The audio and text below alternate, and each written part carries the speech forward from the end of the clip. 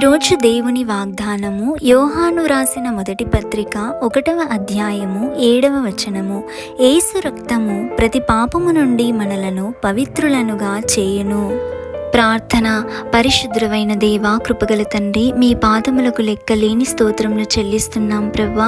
ఈ ఉదయ కాల సమయంలో యేసు రక్తము ప్రతి పాపము నుంచి మమ్మల్ని పవిత్రులనుగా చేస్తుంది అని మరొక్కసారి మాకు జ్ఞాపకము చేస్తున్నందుకు మీకు వేలాది స్తోత్రములు తండ్రి.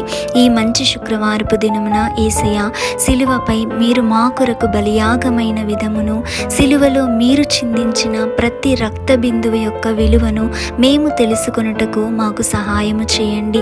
అలాగే యేసయ్య, మీరు సిలువలో పలికిన ప్రతి మాటను కూడా జ్ఞాపకము చేసుకునే కృపను, ధ్యానించే కృపను మాకు దయచేయండి.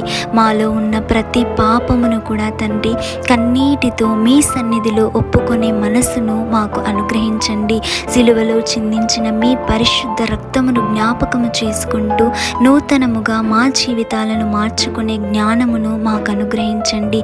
ఇంకను మాలో ఉన్న ప్రతి పాపమును కూడా మీ పరిశుద్ధ రక్తముతో కడగండి తండ్రి. మా అందరి మీద కూడా మీ రక్తాన్ని ప్రోక్షించి మీకు మాదిరికరముగా జీవించే భాగ్యమును మా అందరికీ కూడా అనుగ్రహించుమని నజరేయుడైన యేసు నామంలో అడిగి వేడుకొని పొంది ఉన్నాము తండ్రి. ఆమేన్.